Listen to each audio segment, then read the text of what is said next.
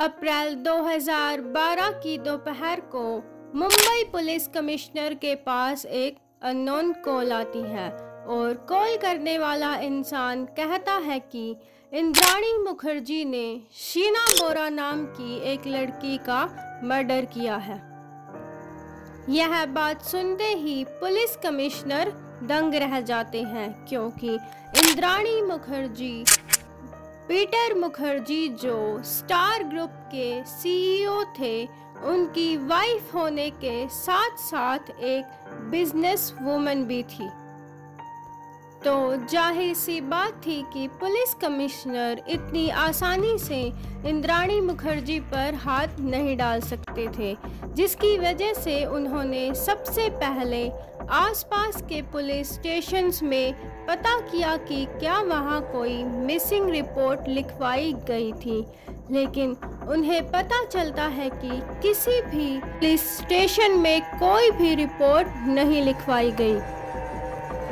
अब क्योंकि यह मामला बड़े बड़े लोगों से जुड़ा था, जिसकी वजह से राकेश मौर्या ने इस केस की जांच को दिनेश कदम को सौंप दिया, जो इस केस की अनऑफिशियली जांच करने वाले थे।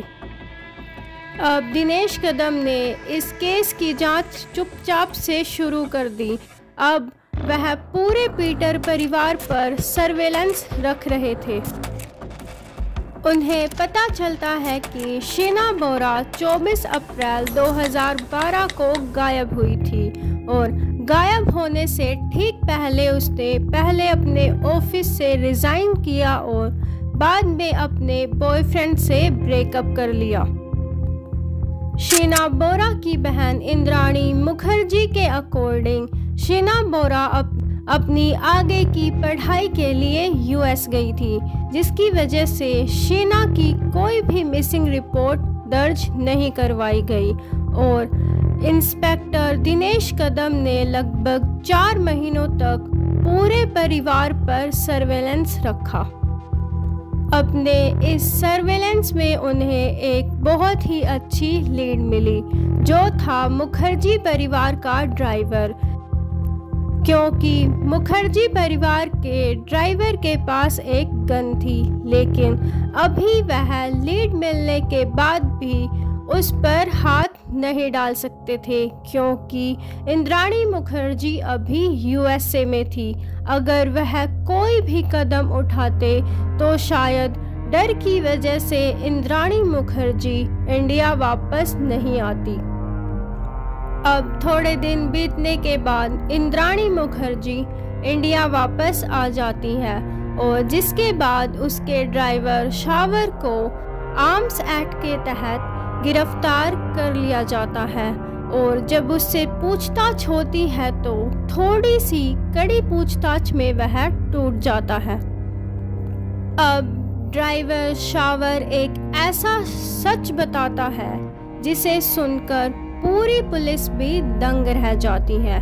24 अप्रैल 2012 के दिन ड्राइवर इंद्राणी मुखर्जी और इंद्राणी मुखर्जी के एक्स हस्बैंड संजीव ने शीना बोरा को कार्टर रोड से पिक किया और उस टाइम पर शीना का फियोंसे भी उसके साथ था और गाड़ी में बैठते ही इंद्राणी मुखर्जी शीना को एक बोतल में पानी देती है, जिसमें उसने बेहोशी की दवा मिलाई थी और उसके बाद वह तीनों मॉल में जाकर शॉपिंग करते हैं और जब शीना बोरा वापस आती है तो वह बेहोश हो गई थी। इसके बाद वह गाड़ी को लेकर बांद्रा के एक सुनसान इलाके में जाते हैं और वहां पहुंचकर इंद्राणी मुखर्जी शीना का गला दबाती है और उसके बाद शीना बोरा की मौत हो जाती है।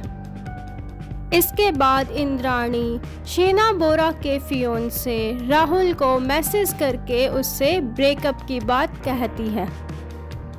शीना बोरा को मारने के बाद तीनों ताज होटल जाते हैं। ताकि वह अपनी लोकेशन ताज होटल की दिखा सके। और इसके बाद वह शीना की लाश को लेकर इंद्राणी मुखर्जी के घर जाते हैं।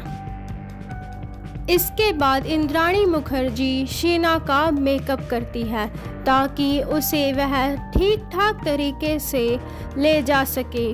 और इसके बाद वह रायगढ़ के जंगलों में जाकर शीना बोरा की लाश को एक सूटकेस में रखते हैं और उसमें आग लगा देते हैं। इसके बाद इंद्राणी और संजीव दोनों कोलकाता निकल जाते हैं ताकि वह वहां जाकर अपने शू डिस्पोज कर सके। और ड्राइवर के इस बयान के तुरंत बाद ही रायगढ़ की पुलिस जंगल में जाकर तलाश करती है और वहां उन्हें एक सूटकेस मिल जाता है जिसमें शीना बोरा की आधी जली हुई लाश रखी थी। लेकिन अब सबसे बड़ा सवाल यह था कि आखिर इंद्राणी मुखर्जी ने अपनी ही बहन शीना बोरा का मर्डर क्यों किया।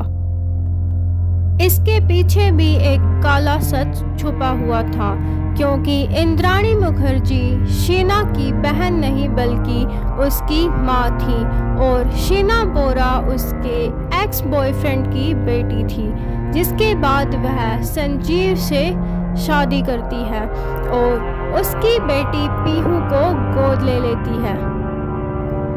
क्योंकि अब इंद्राणी के पति पीटर मुखर्जी के एकलौते बेटे राहुल और शीना की शादी होने वाली थी और जिसकी वजह से इंद्राणी को डर था कि शायद वह पूरी प्रॉपर्टी उन दोनों के नाम कर देंगे, जिसकी वजह से वह पूरी प्रॉपर्टी के लालच में शीना का मर्डर कर देती है।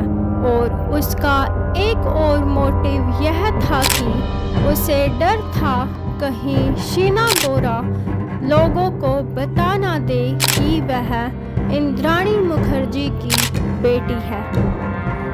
इंद्राणी मुखर्जी अपने एक्स हस्बैंड संजीव को प्रॉपर्टी का लालच देती है और कहती है कि वह उस प्रॉपर्टी में उसकी बेटी पीहू को भी हिस्सा देगी, जिसकी वजह से संजीव भी उसके साथ मिल जाता है।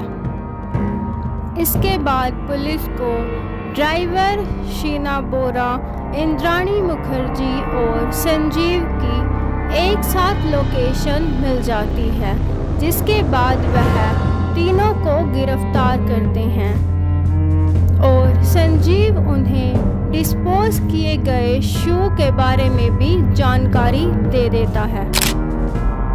तीनों पर ही मर्डर किडनैपिंग के चार्जेस लगते हैं, लेकिन अब 2023 तक तीनों बेल पर जेल से बाहर आ गए हैं।